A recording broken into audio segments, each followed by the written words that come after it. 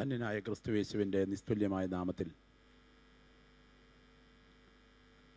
സന്നിഹിതരായിരിക്കുന്ന എല്ലാ ബഹുമാന്യ സഹോദരി സഹോദരന്മാർ, വിശിഷ്യ ഇന്ന് രാത്രി യോഗത്തിൽ അധ്യക്ഷനായിരിക്കുന്ന ക്രിസ്തുവിൽ എൻ്റെ ഏറെ അടുത്ത ആത്മബന്ധമുള്ള സ്നേഹിതൻ pastor Varghese Mathai, India Pentecost ദൈവസഭയുടെ ജനറൽ പ്രസിഡൻ്റായിരിക്കുന്ന ആദരണീയനായ പാസ്റ്റർ ജേക്കബ് ജോൺ, മുൻ ജനറൽ പ്രസിഡൻ്റായും സെക്രട്ടറിയായും സേവനമനുഷ്ഠിച്ച് അനുഗ്രഹീതമായ നേതൃത്വം നൽകിയ doctor Valsan Abraham, pastor K C John, അനുഗ്രഹീതരായ കർത്തൃഭൃത്യന്മാർ pastor Baby Varghese, pastor Sam George, ഞാൻ ഏറെ ആദരിക്കുന്ന അനുഗ്രഹീതരായ ദൈവഭൃത്യന്മാർ, എൻ്റെ പിതാക്കന്മാർ, ദൈവവചനത്തിൻ്റെ ആത്മീയ സത്യങ്ങളിൽ എൻ്റെ മനസ്സുറയ്ക്കുവാൻ എന്നെ സഹായിച്ച എൻ്റെ ഗുരുക്കന്മാർ, ഏറെ പ്രാർത്ഥനയോടുകൂടെ തിരുവെഴുത്തുകൾ ശ്രദ്ധിക്കുന്ന ബഹുമാന്യ സദസ്സ്, എനിക്ക് തൊട്ടു മുൻപേ അനുഗ്രഹീതമായ ആത്മീയ സന്ദേശം പങ്കുവച്ച ബഹുമാനരായ കർത്തൃദാസന്മാർ pastor John K Mathew, pastor Wilson Joseph, വളരെ ഹൃദയസ്പർശകമായി ദൈവത്തിൻ്റെ വചനത്തിൽ നമ്മോട് സംസാരിച്ച പാസ്റ്റർ ഷിബു നെടുവേലിൽ ആദിയായ എല്ലാ ദൈവഭൃത്യന്മാരെയും ഓർത്ത് ഞാൻ ദൈവത്തിന് സ്തോത്രം ചെയ്യുന്നു. ഈ രാത്രി നമുക്ക് ഒരുമിച്ച് ദൈവമുഖത്തേക്ക് നോക്കാം. ഞങ്ങൾക്ക് പ്രസംഗിക്കുവാനായി നൽകിയിരിക്കുന്ന ശ്രദ്ധേയമായ ഇന്ന് രാത്രിയിലത്തെ സന്ദേശം യേശുക്രിസ്തുവിൻ്റെ നാമത്തിനു വേണ്ടി, ദൈവരാജ്യത്തിനു വേണ്ടി കഷ്ടം സഹിക്കുക, ക്രിസ്ത്യാനിയായിട്ട് കഷ്ടം സഹിക്കുക എന്നുള്ളതാണ്. വിശുദ്ധ തിരുവെഴുത്തിലേക്ക് ഞാൻ നിങ്ങളുടെ ശ്രദ്ധയെ സ്വാഗതം ചെയ്യുകയാണ്. സമയത്തിൻ്റെ പരിധിയും പരിമിതിയും ഒക്കെ ഉൾക്കൊണ്ടുകൊണ്ട് എൻ്റെ വാക്കുകൾ വേഗം ഉപസംഹരിക്കുവാനും ഞാൻ താല്പര്യപ്പെടുന്നു. ഇന്ന് രാത്രി നമ്മുടെ കർത്താവ് നമ്മുടെ നടുവിലുണ്ട് എന്ന് വിശ്വസിക്കുന്ന ദൈവമക്കൾ കരങ്ങളൊന്ന് ഉയർത്തി കർത്താവിന് സ്തോത്രം ചെയ്താട്ടെ. അവൻ്റെ കരം അനുഭവിച്ചറിയുന്ന ദൈവമക്കൾ സ്തോത്ര സ്വരത്തോടെ അവനെ ആരാധിക്കുന്ന രാത്രിയായി രാത്രി തീരണം. പിതാവായ ദൈവത്തിൻ്റെ മുൻനിർണയപ്രകാരം യേശുക്രിസ്തു കാൽവറിയിൽ ചൊരിഞ്ഞ രക്തത്താൽ പരിശുദ്ധാത്മാവ് പണിതു വരുന്ന സാർവത്രിക സംഘമാണ് ദൈവത്തിൻ്റെ തിരുസഭ. ദൈവത്തിൻ്റെ തിരുസഭ സെഹിയോൻ മാളികമുറിയിലെ ആത്മപകർച്ചയിൽ തുടക്കം കുറിച്ചതോടുകൂടെ അന്ധകാര ശക്തികൾ സഭയ്ക്കു നേരെ അടിയാടി ആടി ഇളകി ഉലഞ്ഞുയർന്നു. അടങ്ങിയിരിക്കുവാൻ ആവതില്ലാതെ അന്നത്തെ അധികാരവൃന്ദത്തെ ആവാഹിച്ചു. അടരിനൊരുങ്ങാത്ത, ആയുധമെടുക്കാത്ത, അധികാരമില്ലാത്ത സഹനപ്രതീകങ്ങളായ ദൈവമക്കളെ തല്ലിച്ചതയ്ക്കുവാൻ, മർദ്ദിച്ചൊതുക്കുവാൻ, കരുണയുടെ കണിക പോലും കാണിക്കാതെ കാർക്കശ്യത്വത്തിൽ വിവിധ നിലകളിൽ പീഡിപ്പിക്കുവാൻ, കൂരമ്പാൽ മാർപ്പിളർന്നും കൊടിയ കുരിശിൽ തൂക്കി തോലുരിച്ചും ക്രൂരൻ സിംഹത്തിനൂണായി കൊടുത്തും ക്രൈസ്തവരെ ക്രൂരമായി കൊന്നുകൊണ്ടിരിക്കുന്ന പ്രാരംഭ കാലഘട്ടം. എന്നാൽ ഒരു വസ്തുത ഓർക്കുക, ദൈവസഭയെ തകർക്കുവാൻ ഇരുട്ടിൻ്റെ ശക്തികൾക്ക് കഴിയുകയില്ല. എൻ്റെ പിന്നാലെ ഒരുവൻ വരുന്നു, അവൻ്റെ ചെരുപ്പിൻ്റെ വാറഴിപ്പാൻ ഞാൻ യോഗ്യനല്ലെന്ന് പറഞ്ഞിറങ്ങിത്തിരിച്ച് യോഹന്നാനെ ഗളഹസ്തം ചെയ്താൽ, അവൻ്റെ കഴുത്തറുത്ത് താലത്തിലെത്തിച്ചാൽ പ്രസംഗം തോറ്റെന്നാണ് അന്നത്തെ അധികാരികൾ വിചാരിച്ചത്. പക്ഷേ ആ യോഹന്നാൻ്റെ കഴുത്ത് താലത്തിൽ വന്നാൽ പ്രസംഗം തീരില്ല. പ്രസംഗത്തിൻ്റെ ആകെ പൊരുളായവൻ പുറകെ ഇറങ്ങി വരും പ്രസംഗിക്കാൻ. അവനെ കാൽവറിയിൽ ഒതുക്കിയാൽ, കല്ലറയ്ക്കകത്ത് ബന്ധിച്ചൊതുക്കിയാൽ, കല്ലറയ്ക്കകത്ത് വെച്ച് കാളവണ്ടി ചക്രത്തിൻ്റെ വലിപ്പത്തിലുള്ള കല്ലുരുട്ടി വെച്ച് കുഴിമാടത്തിന് കാവൽ നിന്നാൽ കല്ലറ കൊണ്ട് അവൻ്റെ പ്രസംഗം തീരില്ല. അവൻ കല്ലറയെ ഭേദിച്ച് 3-ാം നാൾ ഉയർക്കും. കല്ലറയ്ക്ക് അവനെ പിടിച്ചു വയ്ക്കാൻ കഴിയുകയില്ല. അവനിവിടുന്ന് പോയാൽ പ്രസംഗം തീരുമോ? ഇല്ല. അവനിവിടുന്ന് പോയാൽ സഹോദരൻ യാക്കോബ് എഴുന്നേൽക്കും പ്രസംഗിക്കാൻ. യാക്കോബിനെ വാളുകൊണ്ട് കൊന്നാൽ പ്രസംഗം തീരുമോ? ഇല്ല. അവനെ വാളുകൊണ്ട് കൊന്നാൽ ഒരു സ്തേഫാനോസിനെ ദൈവം ഇവിടെ എഴുന്നേൽപ്പിക്കും പ്രസംഗിക്കാൻ. ആ കർത്തൃദാസനെ എറിഞ്ഞു കൊന്നാൽ പ്രസംഗം തീരുമോ? ഇല്ല. എറിയാൻ സമ്മതം കൊടുത്ത് വസ്ത്രം സൂക്ഷിക്കുന്ന ശൗലേ, നിന്നെ കൊണ്ട് സ്വർഗം ഇതെടുത്ത് പ്രസംഗിപ്പിക്കും. ഇന്ന് രാത്രി ഇത് വിശ്വസിക്കുന്ന എത്ര ദൈവമക്കൾ ഇവിടെയുണ്ട്? ഉടയ്ക്കാൻ ആര് കരമുയർത്തുന്നുവോ അവരെ കൊണ്ട് എതെടുത്ത് പ്രസംഗിപ്പിക്കുവാൻ കഴിവുള്ളവനാണ് ഇന്ന് രാത്രി ഞങ്ങൾ സേവിക്കുന്ന ദൈവം. തകർക്കാൻ ആര് കരമുയർത്തിയാലും അവനെ കൊണ്ട് ഇത് പണിയിപ്പിക്കുവാൻ എൻ്റെ ദൈവത്തിന് കഴിയും. ആ കർത്തൃദാസനെ ഓസ്തിയയ്ക്ക് തിരിയുന്ന രാജവീഥിയിൽ കഴുത്തു വെട്ടിമാറ്റി പ്രസംഗം തീർന്നില്ല. അതിൻ്റെ പുറകെ ഒരു തീമത്തിയോസിനെ ദൈവം എഴുന്നേൽപ്പിച്ച് പ്രസംഗിക്കുവാൻ. ആ കർത്തൃദാസനെ മൃഗത്തോറിൽ കെട്ടി നശിപ്പിച്ചു, പ്രസംഗം തീർന്നില്ല. സിംഗ്ലി, മാർട്ടിൻ ലൂഥർ, കാൽവിൻ, ആയിരങ്ങളെ ദൈവം എഴുന്നേൽപ്പിച്ച് പ്രസംഗിക്കുവാൻ. അവരെല്ലാവരും മരിച്ചു മാറി, പ്രസംഗം തീർന്നില്ല. കെ ഇ എബ്രഹാമിനെ പോലെ, കെ വി സൈമണെ പോലെയുള്ള കർത്തൃദാസന്മാരെ ദൈവം ഇവിടെ എഴുന്നേൽപ്പിച്ച് പ്രസംഗിക്കുവാൻ. അവരൊക്കെ മൺമാറി, പ്രസംഗം തീർന്നില്ല. സാധുക്കളായി ഞങ്ങളെ ദൈവം ദൈവം ഇവിടെ നിർത്തി പ്രസംഗിക്കുവാൻ. ഞങ്ങളുടെ കഴുത്തറത്ത് നിലത്തിട്ട് തട്ടിയാൽ ഈ പ്രസംഗം ഇവിടെ അവസാനിക്കില്ല. ശുണ്ടിത്തരം താട്ടിക്കൊണ്ട് ഈ യോഗത്തിനകത്ത് പല മാതാപിതാക്കളുടെയും മടിയിൽ കളിക്കുന്ന പിഞ്ചു കുഞ്ഞുങ്ങളെ നാളെ ഈ സത്യവചനവുമായി ഈ വേദിയിൽ നിർത്താൻ കഴിവുള്ള ദൈവമാണ് ഇന്ന് പകൽ നാം സ്തോത്രം പറഞ്ഞ് ആരാധിക്കുന്ന ദൈവമെങ്കിൽ ഒരു ഇരുട്ടിന്റെ ശക്തികൾക്കും ഒരു നരക കവാടങ്ങൾക്കും ഒരു പാതാള ഗോപുരങ്ങൾക്കും ഒരു പൈശാചിക ബന്ധനങ്ങൾക്കും തകർക്കാൻ കഴിയാത്ത ദൈവശക്തിയാണ് വിശ്വസിക്കുന്ന ദൈവമക്കൾക്ക് വേണ്ടി ഇന്ന് രാത്രി വ്യാപരിക്കുന്നതെങ്കിൽ അത് തിരിച്ചറിയുന്ന ദൈവമക്കൾ വിളിച്ചു പറയുന്നു, ഒരിരുട്ടിന്റെ ശക്തികൾക്കും ഇതിനെ തകർക്കാൻ കഴിയുകയില്ല. വിശുദ്ധ തിരുവെഴുത്തിലേക്ക് ഞാൻ നിങ്ങളുടെ ശ്രദ്ധയെ ക്ഷണിക്കുന്നു. പത്രോസിന്റെ 1-ാം ലേഖനം 4-ാം അധ്യായത്തിന്റെ 16-ാമത് വാക്യം. 16, 17, 18 വാക്യങ്ങൾ ഒരുമിച്ച് വായിക്കേണ്ട ഭാഗമാണ്. പെട്ടെന്ന് വായിക്കാം. ക്രിസ്ത്യാനിയായിട്ട് കഷ്ടം സഹിക്കേണ്ടി വന്നാൽ ലജ്ജിക്കരുത്. ഈ നാമം ധരിച്ച് ദൈവത്തെ മഹത്വപ്പെടുത്തുക എത്രേ വേണ്ടത്. അടുത്ത വാക്യം. ന്യായവിധി ദൈവഗ്രഹത്തിൽ ആരംഭിപ്പാൻ സമയമായല്ലോ. അത് നമ്മിൽ തുടങ്ങിയാൽ ദൈവത്തിന്റെ സുവിശേഷം അനുസരിക്കാത്തവരുടെ അവസാനം എന്താകും. അടുത്ത വാക്യം. നീതിമാൻ പ്രയാസേന രക്ഷ പ്രാപിക്കുന്നുവെങ്കിൽ അഭക്തന്റെയും പാപിയുടെയും ഗതി സ്ഥിതി എന്താകും. മതിയല്ലോ. വളരെ ശ്രദ്ധേയമായ ഭാഗത്തേക്കാണ് ഞാൻ ഇന്ന് രാത്രി നിങ്ങളുടെ ശ്രദ്ധയെ ക്ഷണിക്കുന്നത്. ഏറെ ഗൗരവമേറിയതാണ് ഈ ഭാഗം. കഷ്ടതയുടെ പുറകിൽ ഒരു ദൈവ പൈതൽ തകരരുത്. ആർക്കുമില്ലാത്ത ശോധന നീ അനുഭവിക്കുന്നുണ്ടെങ്കിൽ, ആരും പ്രാപിച്ചിട്ടില്ലാത്ത ദൈവകൃപ ദൈവം നിനക്ക് വേണ്ടി ഒരുക്കിയിട്ടുണ്ടെന്ന് തിരിച്ചറിയുന്ന ദൈവമക്കൾ അനുഭവിക്കുന്ന ശോധനയ്ക്ക് വേണ്ടി സ്തോത്രം ചെയ്യുന്ന രാത്രിയാകണം. ഒരു കൈ കൊണ്ട് വിളിയുടെ കലപ്പയുടെ പിടിയിൽ മുറുക്കി പിടിക്കുമ്പോഴും മറ്റേ കൈ കൊണ്ട് കണ്ണുനീര് തുടയ്ക്കുന്നവരാണ് വിളിക്കപ്പെട്ട സകല ഭക്തന്മാരും.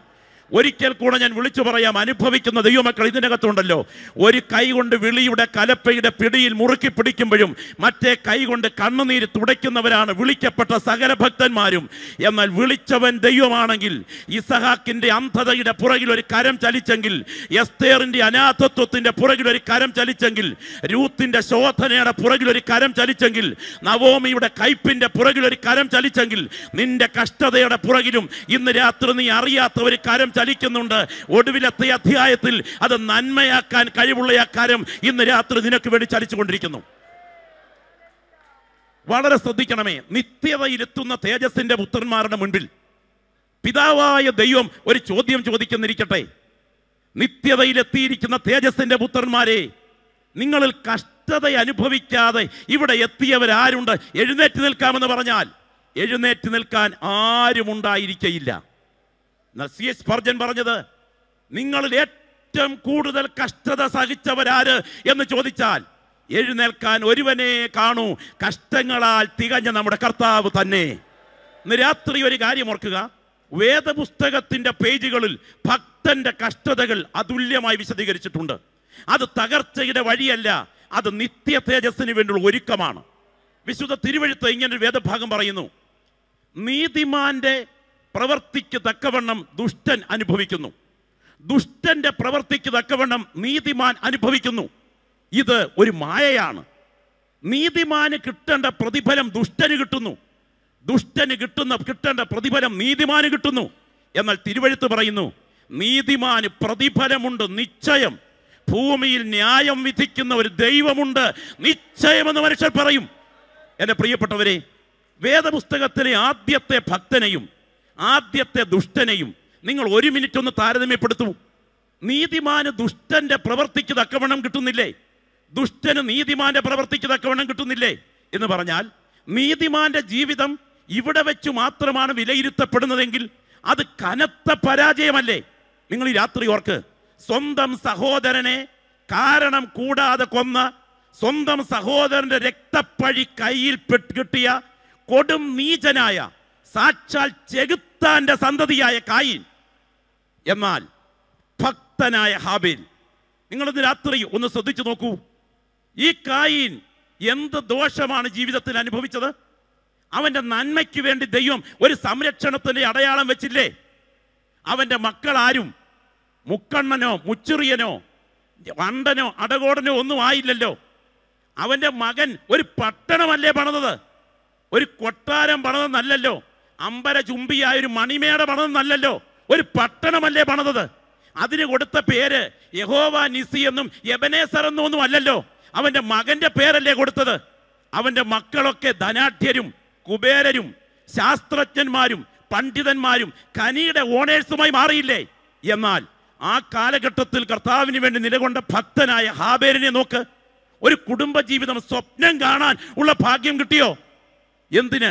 ഒരു കൊട്ടാരം പോട്ട്, ഒരു പട്ടണം പോട്ട്, ഒരു ചെറ്റക്കൂടിലെങ്കിലും സ്വന്തമായിട്ടുണ്ടായിരുന്നോ? ഒരു ചെറ്റക്കൂടിലെങ്കിലും സ്വന്തമായിട്ടുണ്ടായിരുന്നോ? പോട്ടെ, സ്വന്തം കട്ടിലെ കയറിക്കിടന്ന് ചത്തോ? ചാകാൻ നേരത്ത് വായിലിച്ചിരി വെള്ളമൊഴിച്ചു കൊടുക്കാൻ ആരെങ്കിലും ഉണ്ടായിരുന്നോ?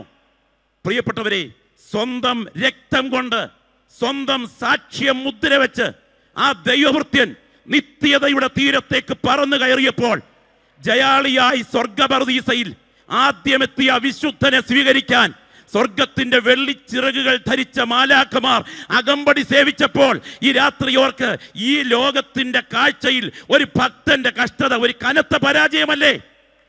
നിങ്ങൾ ഇന്ന് രാത്രി ആഴത്തിൽ ചിന്തിക്കണം. ഇവിടെ നിന്ന് മാത്രം കാര്യങ്ങളെ വിലയിരുത്തിയാൽ ഒരു ഭക്തന്റെ കഷ്ടത ഇവിടെ ഒരു പരാജയമാണ്. നിങ്ങൾക്കറിയുമോ, ജോൺ ഹസിനെ സത്യത്തിന് വേണ്ടി നിന്നതിന്റെ പേരിൽ ഒരു ഇരുമ്പ് കട്ടിലിൽ മലർത്തി കിടത്തിയതിന് ശേഷം അടിയിൽ തന്റെ ട്രാക്ട് പ്രതികൾ കൂട്ടിയിട്ടിട്ട് അതിന് ചുറ്റും വിറകടുക്കിയതിന് ശേഷം പാപശരീരം നശിപ്പിക്കപ്പെടട്ടെ എന്ന് ഒരു കർദിനാൾ പ്രസംഗിച്ചതിന് ശേഷം ആ ദൈവദാസന്റെ ചെതയ്ക്ക് തീ കൊടുത്തപ്പോ ചുറ്റും നിൽക്കുന്ന ഭക്തരായ ദൈവമക്കൾ കണ്ണുനീരോടെ നോക്കിക്കൊണ്ടിരിക്കുന്ന സമയം ആ തീക്കകത്ത് നിന്ന് കർത്തൃദാസൻ വിളിച്ചു പറഞ്ഞത് എന്താ? അല്ലയോ മതമേ, നിങ്ങൾ എന്നെ ഒരു ഈയാം പാറ്റയെ പോലെ ഉരുക്കി കൊന്നുകൊള്ളുക. എന്നാൽ യൂറോപ്പിന്റെ മണ്ണിൽ ഒരു നവീകരണത്തിന്റെ കഴുകൻ ചിറകടിച്ചു പൊങ്ങും. അവനൊരു തൂവൽ പറിക്കാൻ നിന്നെ കൊണ്ട് പറ്റില്ല. ഞാനിതാ ഏൽപ്പിക്കപ്പെടുന്നു എന്ന് പറഞ്ഞ കർത്തൃദാസൻ അസ്തമിച്ചില്ലേ? അദ്ദേഹത്തിന്റെ ശരീര തൂളികൾ ഒരു കുടത്തിൽ കോരി തേംസ് നദിയിൽ കലക്കിയില്ലേ? ഇന്ന് രാത്രി ഞാൻ ചോദിക്കട്ടെ, ഇവിടുത്തെ പശ്ചാത്തലം കൊണ്ട് മാത്രം വിലയിരുത്തിയാൽ ഒരു ഭക്തന്റെ കഷ്ടത പതനമല്ലേ? ഈ രാത്രി ദൈവമക്കൾ ശ്രദ്ധിക്കണം. ഭക്തനായ ജെറോം അദ്ദേഹം മരണത്തോടടുത്ത സമയം പറഞ്ഞ വാക്കുകൾ ഇങ്ങനെയാണ്: എൻ്റെ അപ്പൻ എന്നെ തടഞ്ഞാലും, എൻ്റെ അമ്മ എൻ്റെ കഴുത്തിൽ കെട്ടിപ്പിടിച്ച് കരഞ്ഞാലും, എൻ്റെ സഹോദരങ്ങൾ എന്നെ പരസ്യമായി തടഞ്ഞാലും, യേശുവിന് വേണ്ടി ജീവൻ അർപ്പിക്കേണ്ട സമയം അവരെ മുഴുവൻ തള്ളി മാറ്റിക്കൊണ്ട് ഞാൻ എൻ്റെ യേശുവിന് വേണ്ടി ജീവൻ അർപ്പിക്കാൻ മുൻപോട്ട് പോയിരിക്കും. ആ കർത്തൃദാസന്റെ മരണം അടുത്തപ്പോൾ കുലസ്ഥലത്തേക്ക് നടത്തിക്കൊണ്ടുപോയിട്ട് മുട്ടിന്മേലിരുന്ന് പ്രാർത്ഥിക്കുന്ന വേളയിൽ ചുറ്റും വിറകടുക്കിയ സമയം നിങ്ങൾ എൻ്റെ മുഖത്ത് തന്നെ തീ കത്തിച്ചു കൊള്ളുക എന്ന് പറഞ്ഞപ്പോൾ ഒരു പാട്ടോടുകൂടെ ഈ കർത്തൃദാസൻ നിത്യതയ്ക്കായി പറന്നുപോയില്ലേ? ഈ ഭക്തന്മാരുടെ ജീവിതത്തിൽ ഇവിടെ നേടിയതിൻ്റെ വെളിച്ചത്തിൽ മാത്രം വിലയിരുത്തിയാൽ ജീവിതം ഒരു പരാജയമല്ലേ? എന്നാൽ ആത്മനിറവ് പ്രാപിച്ച ദൈവമക്കൾക്കറിയാം, ഇവിടെ നേടിയതിൻ്റെ വെളിച്ചത്തിലല്ല ജീവിതത്തിൻ്റെ വിജയാപജയം തിരഞ്ഞെടുക്കേണ്ടത്. ഒരു ദിവസം നിത്യത തുറക്കും. വിശ്വസിക്കുന്ന എത്ര പേര് ഇവിടെയുണ്ട്? പട്ടും ധൂമ്രവർണ്ണവും ധരിച്ച് സുഖിച്ചു മതിച്ചു പുളച്ച് രസിച്ച് ഈ മണ്ണിൽ സുഖലോലുപതയിൽ കഴിഞ്ഞതിന് ശേഷം ഒരു തുള്ളി വെള്ളത്തിന് വേണ്ടി പിടയുന്ന നരകമാണ് നിന്നെ കാത്തിരിക്കുന്നതെങ്കിൽ നിന്നെ പോലെ അരിഷ്ടൻ മറ്റാരുമില്ലെന്നും, എന്നാൽ സത്യത്തിന് വേണ്ടി ജീവൻ അർപ്പിച്ചുകൊണ്ട് ഈ മണ്ണിൽ എരിഞ്ഞടങ്ങിയാൽ വെച്ച കഞ്ഞിക്കൊഴിക്കാൻ ഉപ്പില്ലെങ്കിലും ഒറ്റപ്പെടുത്തൽ അനുഭവിച്ചാലും ഇന്ന് രാത്രി ഞാൻ കിടക്കുന്ന കിടപ്പറ എൻ്റെ മരണയറയായി മാറിയാൽ, കാഹളം ധ്വനിച്ചാൽ എൻ്റെ വിശ്രമം താതന്റെ മാർവിലായിരിക്കുമെന്ന് ഉറപ്പ് പ്രാപിച്ച ഒരു ദൈവപൈതൽ ഇന്ന് രാത്രി ഇവിടെ ഉണ്ടെങ്കിൽ ഈ രാത്രി സ്തോത്രം ചെയ്തിട്ട് വിളിച്ചു പറ: ഈ മണ്ണിന്റെ വെളിച്ചത്തിലല്ല, ഞാൻ നിത്യതയുടെ വെളിച്ചത്തിലാണ് എൻ്റെ കഷ്ടതയെ കാണാൻ തുടങ്ങുന്നത്. എത്ര ദൈവമക്കളുടെ നാവിൽ സ്തോത്രത്തിന്റെ ശബ്ദം ഇന്ന് രാത്രി ഉയരും? എത്ര ദൈവമക്കളുടെ നാവിൽ ഈ രാത്രി സ്തോത്രത്തിന്റെ ശബ്ദം ഇന്ന് രാത്രി ഉയരും? കാരണം മറ്റൊന്നല്ല പ്രിയപ്പെട്ടവരെ, ദൈവത്തിന് സ്തോത്രം. തിരുവെഴുത്ത് പറയുന്ന ഭാഗം നിങ്ങൾ ശ്രദ്ധിക്കണം. ആ വാക്യത്തിൻ്റെ കുറച്ചുകൂടെ ലളിതമായ ഒരു ട്രാൻസ്ലേഷൻ ഞാൻ വായിക്കാൻ തുടങ്ങുകയാണ്. ക്രിസ്ത്യാനി എന്ന നിലയിലാണ് ഒരുവൻ പീഡ സഹിക്കുന്നതെങ്കിൽ അതിൽ അവൻ ലജ്ജിക്കാതിരിക്കട്ടെ. പിന്നെയോ ക്രിസ്ത്യാനി എന്ന നിലയിൽ നാമത്തിൽ അഭിനന്ദിച്ചുകൊണ്ട് അവൻ ദൈവത്തെ മഹത്വപ്പെടുത്തട്ടെ. എന്തെന്നാൽ വിധിയുടെ സമയം സമാഗതമായിരിക്കുന്നു. ദൈവത്തിൻ്റെ ഭവനത്തിലായിരിക്കും അത് ആരംഭിക്കുക. അത് നമ്മിലാണ് ആരംഭിക്കുന്നതെങ്കിൽ ദൈവത്തിൻ്റെ സുവിശേഷം അനുസരിക്കാത്തവരുടെ അവസാനം എന്താകും? നീതിമാൻ കഷ്ടിച്ചു മാത്രം രക്ഷപ്പെടുന്നു എങ്കിൽ ദുഷ്ടന്റെയും പാപിയുടെയും സ്തുതി എന്താകും? ആകയാൽ ദൈവഹിതപ്രകാരം അനുസരിച്ച് കഷ്ടം സഹിക്കുന്നവർ നന്മ ചെയ്തുകൊണ്ട് വിശ്വസ്തനായ സൃഷ്ടാവിന് തങ്ങളുടെ ആത്മാക്കളെ ഭരമേൽപ്പിക്കട്ടെ. എന്നാണ് ഈ പറഞ്ഞു വന്നതിന്റെ സാരമെന്നറിയാമോ?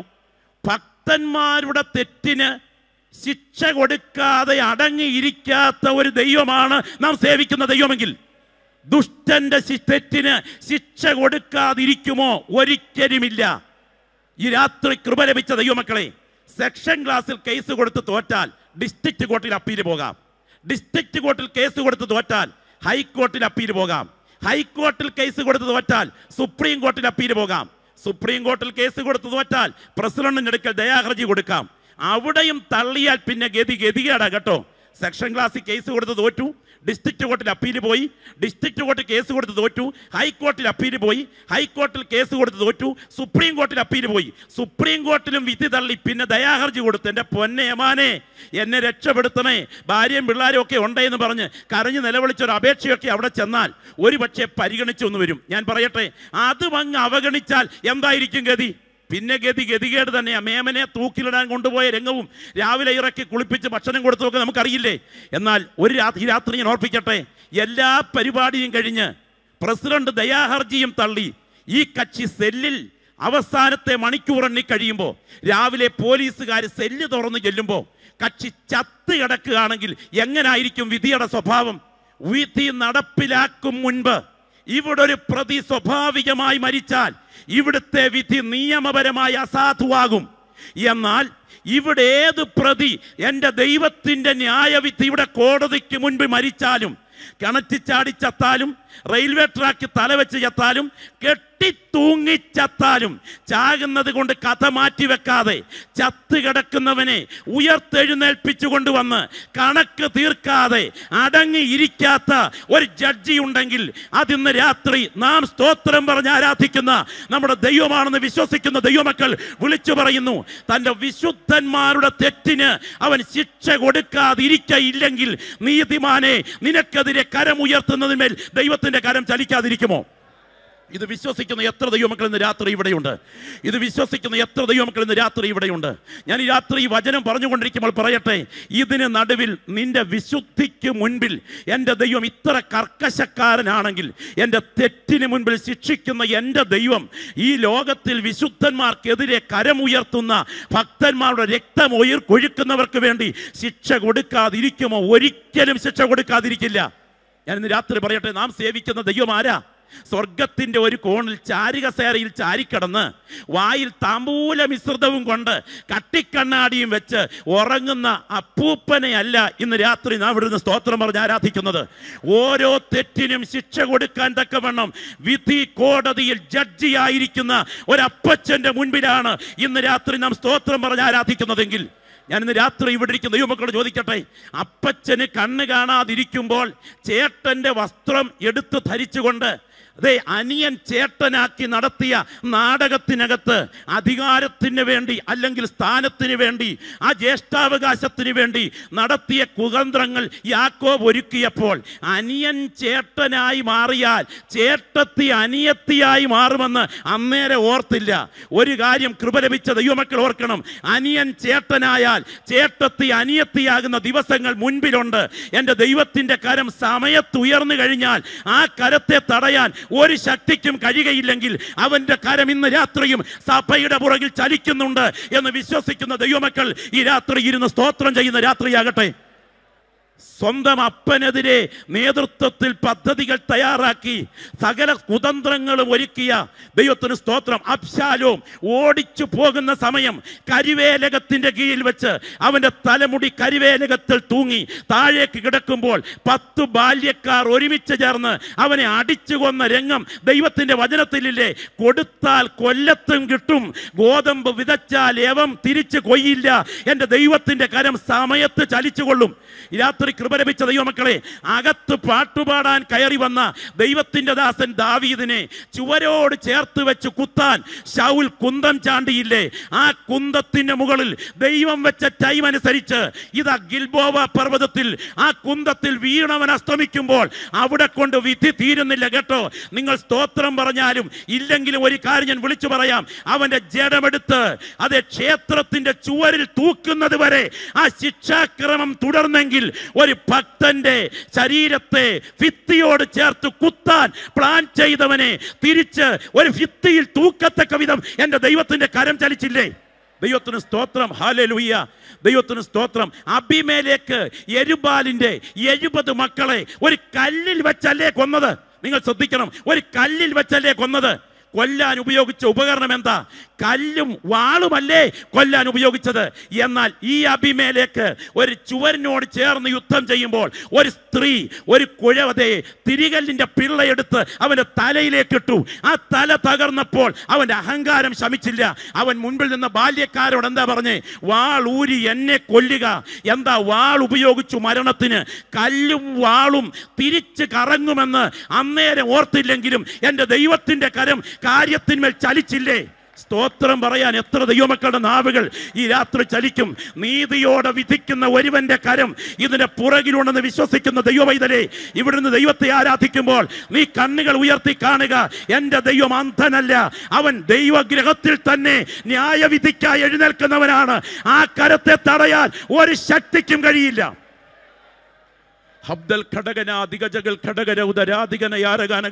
ഞാൻ ഇന്ന് രാത്രി ഇവിടെ ദൈവത്തെ ആരാധിക്കുന്ന ദൈവമക്കളൊരു കാര്യം ചോദിക്കട്ടെ.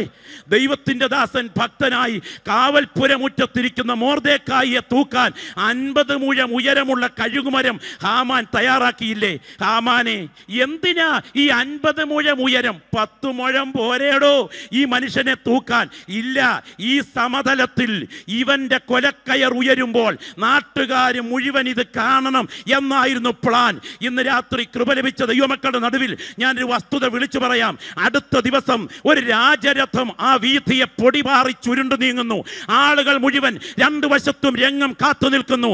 ഈ സമയം നാട്ടുകാർ മൊർദെഖായിയെ ശ്രദ്ധിച്ചു നോക്കിയിട്ട് ഒരു കൈ രാജരഥത്തിന് നേരെയും മറു കൈ കഴുകുമരത്തിന് നേരെയും ഉയർത്തിപ്പിടിച്ചുകൊണ്ട് ചോദിക്കുന്നു, എങ്ങനെ ഒരു രാത്രി കൊണ്ട് ഈ കഴുകുമരം രാജരഥമായി മാറി?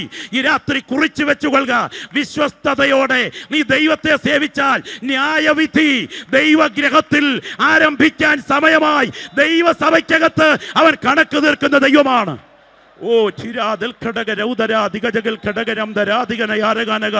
അഭിഷേകത്തിന്റെ തൈല നദി ഇന്ന് രാത്രി ഇവിടെ ഉഴങ്ങുന്ന രാത്രിയാ. ഒരറ്റം മുതൽ മറ്റേ അറ്റം വരെ ഈ രാത്രി ദൈവശക്തി വ്യാപരിച്ചു കൊണ്ടിരിക്കുന്നു.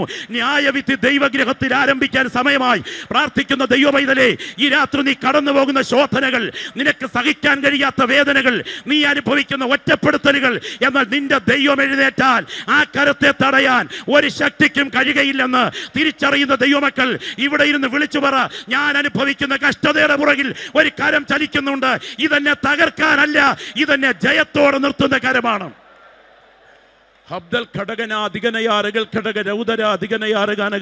ഞാൻ ഇന്ന് രാത്രി ഇവിടുന്ന് ദൈവത്തെ ആരാധിക്കുന്ന ദൈവമക്കളുടെ മുൻപിൽ ഒരു ചിത്രം വെച്ചിട്ട് അങ്ങ് അവസാനിപ്പിക്കാം. കർത്താവിന് സ്തോത്രം. ഞാൻ ചോദിക്കട്ടെ, അടകല്ലിലേക്ക് തല കയറ്റി വെച്ച് കൂടം കൊണ്ട് തല തല്ലിപ്പൊട്ടിച്ചും വായിലൂടെ വെള്ളം അടിച്ചു കയറ്റി ഉദരം വീർപ്പിച്ചു മലർത്തിക്കിടത്തി കുതിരയെ കൊണ്ട് വയറ് ചവിട്ടിപ്പൊട്ടിച്ചും വടവൃക്ഷങ്ങളുടെ കൊമ്പുകൾ വലിച്ചടുപ്പിച്ച് കൈകാലുകൾ അതിൽ ചേർത്ത് കെട്ടി ശരീരഭാഗങ്ങളെ 2 തുണ്ടുകളാക്കി കീറി മാറ്റിയും മുപ്പല്ലിയിൽ കുത്തി ഉയർത്തി തീക്കകത്തൊട്ട് ചുട്ടുകൊന്നും ക്രൂരമായി കൊല്ലപ്പെട്ട ക്രൈസ്തവരുടെ കണക്ക് നിങ്ങൾക്കറിയില്ലേ? എന്നാൽ ഇന്ന് രാത്രി ഒരു രംഗം ഇവിടെ ഇരിക്കുന്ന ദൈവമക്കളെന്ന് ആത്മാവിൽ കാണണം. ദൈവത്തിന് സ്തോത്രം. അന്തിമ വിധിവേദി വെളിപ്പെടാൻ തുടങ്ങുകയാണ്. ഞാൻ ഈ രാത്രി പറയട്ടെ, ആ നടുവിലത്തെ മഹാസിംഹാസനത്തിൽ ഇരിക്കുന്നവൻ മനുഷ്യനല്ല. ഇന്ന് രാത്രി ഞാൻ ആരാധിക്കുന്ന കർത്താവാണ് ആ സിംഹാസനത്തിൽ ഇരിക്കുന്നത്. ദൈവത്തിന് സ്തോത്രം ചെയ്യാൻ ആരാധിക്കുന്ന ദൈവമക്കൾ ആത്മാവിൽ സ്തോത്രം ചെയ്തു തുടങ്ങണം. കർത്താവിന് സ്തോത്രം. അവന്റെ മുൻപിലൂടെ ഒരു തീ നദി അങ്ങനെ ഒഴുകിക്കൊണ്ടിരിക്കുകയാണ്, ഒരു അഗ്നി നദി ഒഴുകിക്കൊണ്ടിരിക്കുകയാണ്. നിങ്ങൾ ശ്രദ്ധിക്കുക, ആ വലിയ ജനസമൂഹം മുഴുവൻ കൂടി നിൽക്കുകയാണ്. ഹന്നാവുണ്ട്, കയ്യാഫാവുണ്ട്, പീലാത്തോസ് ഉണ്ട്, ഹേരോദാവുണ്ട്, ലോകത്തിലെ ബുദ്ധിജീവികളുണ്ട്, യുഗപ്രഭാവന്മാരുണ്ട്, സമുദായ പരിഷ്കർത്താക്കളുണ്ട്, മത നേതാക്കന്മാരുണ്ട്, രാഷ്ട്രമീമാംസകന്മാരുണ്ട്. എല്ലാവരും അങ്ങനെ വിധിയുടെ താഴ്വരയിൽ നിൽക്കുകയാണ്. ഇനിയും നമുക്ക് ഒന്നിച്ചൊന്ന് സ്തോത്രം ചെയ്യണം. ഞാൻ പറയുന്ന വാക്യത്തിൽ അവൻ ദൈവരൂപത്തിലിരിക്കെ ദൈവത്തോടുള്ള സമത്വം മുറുകെ പിടിച്ചുകൊള്ളണം എന്ന് വിചാരിക്കാതെ വേഷത്തിൽ മനുഷ്യനായി വിളങ്ങി അത് ക്രൂശിലെ മരണത്തോളം തന്നെത്താൻ താഴ്ത്തി അനുസരണമുള്ളവനായി തീർന്നു. അതുകൊണ്ട് ദൈവം അവനെ ഏറ്റവും ഉയർത്തി സകല നാമത്തിനും മേലായ നാമം നൽകി. യേശുവിൻ്റെ നാമത്തിങ്കൽ സ്വർലോകരുടെയും ഭൂലോകരുടെയും അധോലോകരുടെയും മുഴങ്കാലൊക്കെയും മടങ്ങുകയും എല്ലാ നാവും യേശു തന്നെ കർത്താവെന്ന് പിതാവിന്റെ മഹിമയ്ക്കായി ഏറ്റു പറയുകയും ചെയ്യേണ്ടി വരും. ഇത് കേൾക്കുമ്പോൾ അകം കത്തുന്ന ദൈവമക്കൾക്ക് വായിൽ തെർമോമീറ്ററും കടിച്ചു പിടിച്ച് ഡോക്ടറിന് മുൻപിൽ രോഗി ഇരിക്കുന്ന പോലെ ഇരിക്കാൻ പറ്റില്ല. അകം കത്തുന്ന ദൈവമക്കൾ ഇന്ന് രാത്രി ഇരിക്കുന്ന ഇരിപ്പിൽ ആ നിത്യതയുടെ തീരമൊന്ന് ആത്മാവിൽ കണ്ടിട്ട് ഒന്ന് സ്തോത്രം ചെയ്യുന്ന രാത്രിയായി രാത്രി തീരട്ടെ. Glory, hallelujah. ഈ രാത്രി ഞാൻ ചോദിക്കട്ടെ, എന്റെ മുൻപിലിരിക്കുന്ന ദൈവമക്കൾക്കറിയാം ഏറ്റു പറയും എന്ന് പറഞ്ഞാൽ അർത്ഥം എന്താണ്? ഏറ്റു പറയുമെന്ന് പറഞ്ഞാൽ രാഷ്ട്രീയക്കാര് മുദ്രാവാക്യം വിളിക്കുന്നത് കേട്ടിട്ടില്ലേ? ഞങ്ങളിൽ ഒന്നിനെ തൊട്ടെന്നാൽ നട്ടല്ലൂരി കൊട്ടേറ്റിട്ട് അയ്യാറിട്ടിന് വളമാക്കും എന്നൊക്കെ പറഞ്ഞു പോകുമ്പോൾ പുറകിൽ ഏറ്റുപറയുന്നത് കേട്ടിട്ടില്ലേ? എന്നാൽ ഇവിടെ ഏറ്റുപറച്ചിൽ നടക്കാൻ തുടങ്ങുന്നു. എന്താ ഏറ്റുപറച്ചിൽ? യേശുവാണ് കർത്താവ്. ഞാൻ ഈ രാത്രി ചോദിക്കട്ടെ, ആ കരങ്ങളൊന്ന് ഉയർത്തി, ശബ്ദമുയർത്തി, ഈ കുമ്പനാട് മുഴങ്ങുന്ന നിലയിൽ കൃപ ലഭിച്ച ദൈവമക്കൾ ഒന്ന് കരമുയർത്തി പറയാമോ? യേശുവാണ് കർത്താവ്. ഒരിക്കൽ കൂടെ, യേശുവാണ് കർത്താവ്. നിങ്ങളിത് രാത്രി ശ്രദ്ധിക്കണേ. ഏറ്റു പറയണമെങ്കിൽ ആദ്യം പറയാൻ ഒരു കൂട്ടർ വേണം. അന്നാവും കയ്യാപ്പാവും പീലാത്തോസും ഹേരോദാവും എല്ലാവരും മുൻപിൽ വന്ന് നിൽക്കുമ്പോൾ കണ്ണു തുറിച്ചു നോക്കിയപ്പോൾ ഇരിക്കുന്നയാൾ ഞാൻ മനസ്സിലായി, ഇത് മറ്റാരുമല്ല, മറിയയുടെ മകനെന്ന് മറിച്ചു പറഞ്ഞ, താശാരി തച്ചന്റെ കൊച്ചനെന്ന് വിളിച്ചു പറഞ്ഞ, ഓ ഈ സാധാരണക്കാരൻ ഒരു സാധാരണ ആശാരി തച്ചന്റെ കൊച്ചനായിരുന്നില്ല, ഈ പ്രപഞ്ചം പടുത്ത മഹാസൗധത്തിന്റെ ഉടമസ്ഥന്റെ ഏകജാതനാണ് എന്നിപ്പോഴാ മനസ്സിലായത് എന്ന് പറഞ്ഞ് മുട്ടങ്ങോട്ട് കുത്തും. സ്തോത്രം. ആ സമയം എൻ്റെ മുൻപിലിരിക്കുന്ന ദൈവമക്കളെ ഞാൻ പറയാം, പേർ വിളിക്കും. അതാത് കാലഘട്ടത്തിലെ ആളുകളെ വിധിക്കാൻ അതാത് കാലഘട്ടത്തിലെ ഭക്തന്മാരുടെ പേർ വിളിക്കും. Graham styles. ഓ, ഇന്ന് രാത്രി സ്തോത്രം പറയാൻ എത്ര ദൈവമക്കളുടെ പേരുകൾ ശബ്ദം ഉയരും. ഗുജറാത്തിലെ ഗബാരിപ്പേടയിലെ കുഗ്രാമത്തിൽ പാവപ്പെട്ട കുഷ്ഠരോഗികൾക്ക് വ്രണം വെച്ച് കെട്ടി കിടന്നുറങ്ങിയ ദൈവദാസനും അദ്ദേഹത്തിന്റെ 2 കുഞ്ഞുങ്ങളെയും ജീപ്പിനകത്ത് എണ്ണ ഒഴിച്ച് കത്തിക്കുമ്പോ സ്വന്തം കുഞ്ഞുങ്ങളെ മാറോട് അടുക്കി പിടിച്ച് പുറത്തോട്ടിറങ്ങാൻ ശ്രമിച്ച വേളയിൽ ത്രിശൂലം കൊണ്ട് അകത്തോട്ട് കുത്തിമലത്തി ഒരുപടി കരിക്കട്ടയാക്കി മാറ്റിയ ആ കർത്തൃദാസന്റെ ഡെഡ് ബോഡി, ആ പിഞ്ചു കുഞ്ഞുങ്ങളുടെ ഡെഡ് ബോഡി ആ നാട് ഏറ്റുവാങ്ങിയപ്പോൾ ഗ്ലാഡിസിന്റെ കണ്ണിൽ നിന്നൊഴുകിയ കണ്ണുനീർ നിങ്ങൾക്കറിയാമല്ലോ. എന്നാൽ ഇന്ന് രാത്രി പറയട്ടെ, ആ മണ്ണിനെ വിസ്തരിക്കാൻ ഞാനും നിങ്ങൾ കൂടിയിരിക്കുന്ന സദസ്സിൽ ഗ്രഹാം സ്റ്റൈൽസിന്റെ പേർ വിളിക്കും. കരിക്കട്ടയായ ശരീരത്തോടെയല്ല, 33 തിരുവയസ്സിൽ കല്ലറയെ ഭേദിച്ച് എന്റെ യേശു ഉയർത്ത മഹത്വ ശരീരത്തോടെ ഗ്രഹാം സ്റ്റൈൽസ് കയറി വരും. ഇന്ന് രാത്രി ഇത് വിശ്വസിക്കുന്ന ദൈവമക്കൾ എത്ര പേര് ഇവിടെയുണ്ട്? ഇന്ന് രാത്രി വിശ്വസിക്കുന്ന ദൈവമക്കൾ എത്ര പേര് ഇന്ന് രാത്രി ഇവിടെയുണ്ട്? നീ അനുഭവിച്ച കഷ്ടങ്ങൾ വെറുതെയല്ല, നിത്യതയുടെ തീരത്തത് വിളിച്ചു പറയും.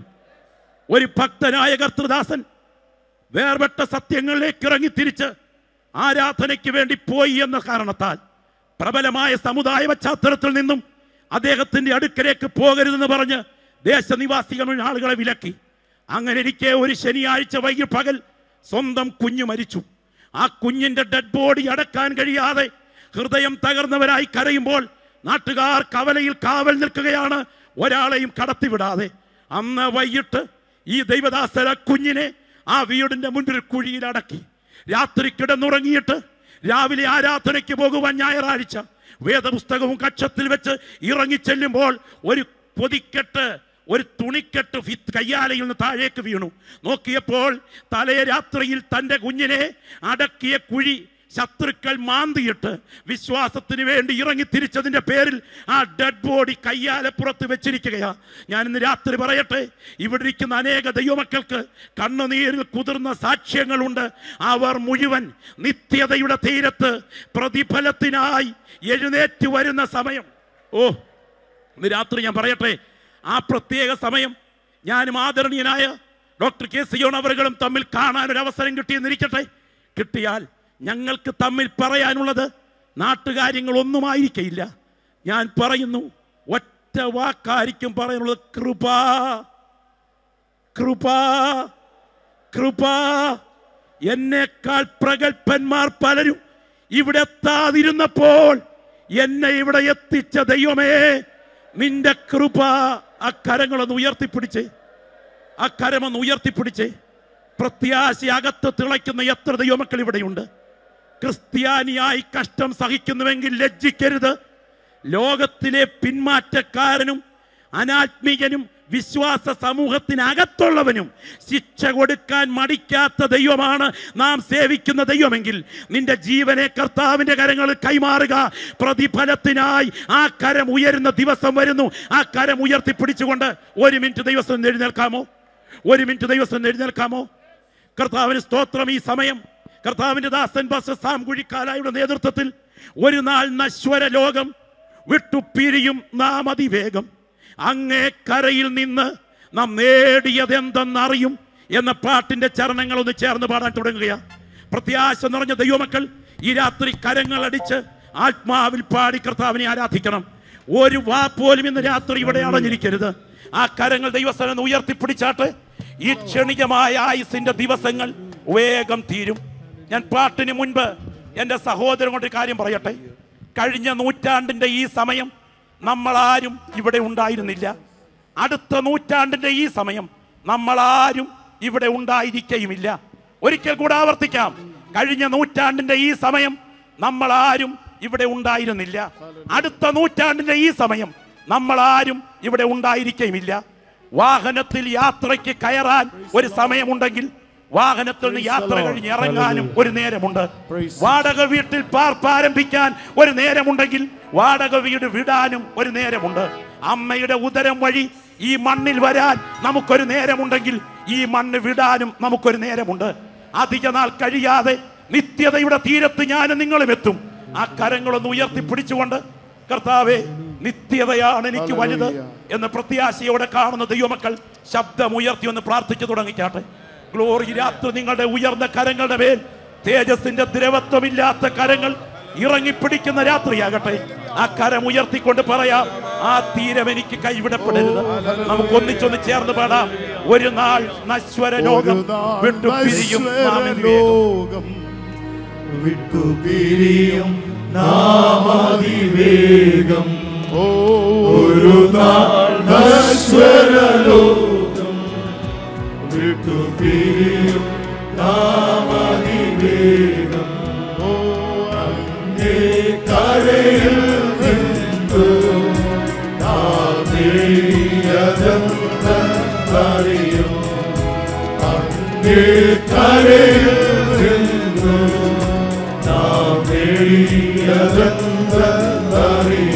ലോകം വെറുത്തോർ വിലനാമന്മാർ അറിയോ. ലോകം വെറുത്തോർ വിലനാമന്മാർ അറിയോ. വരുവിൻ യേശുവിനരികിൽ, എത്ര നല്ലവൻ താൻ രുചിച്ചറിവേ.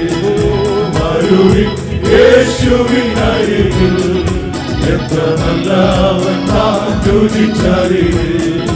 ഒരു നാൾ നശ്വര ലോകം വിട്ടുപിരിയും നാം അതിവേഗം.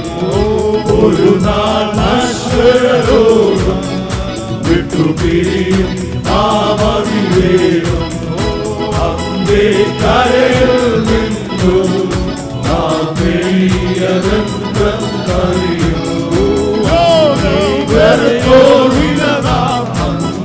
അറിയോ. ലോകം വെറുത്തോ വിലനാറിയോ. ലോകം വെറുത്തോ വിലനാറിയോ. ലോകം